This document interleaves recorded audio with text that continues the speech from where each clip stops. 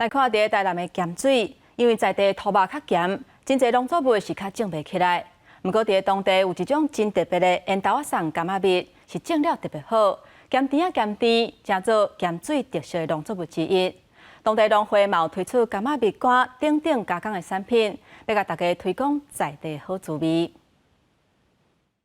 一粒一粒红光光的柑仔蜜分级包装送到农会上架，这就是台南咸水特别的品种，叫做帅哥烟豆香的柑仔蜜。盐水呢，大概是90% 以上的番茄的种植品种是我们的帅哥番茄，通常是露天种植，所以它的皮会倾向比较厚。这个品种其实叫做小明柑仔蜜，会当适应咸水区盐分较重的地质。和一般咱食的玉露、圣露柑仔蜜比起来，口味会较咸甜，食起来肉嘛较厚较杂，而且烟豆香柑仔蜜较无遐重水，结出来果嘛较袂闭，是真好种的作物。雨水的部分，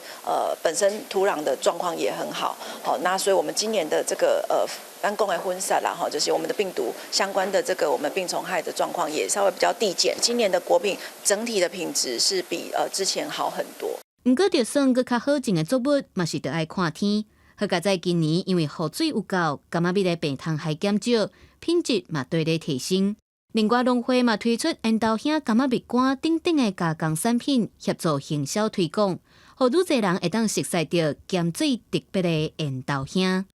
记者综合报道。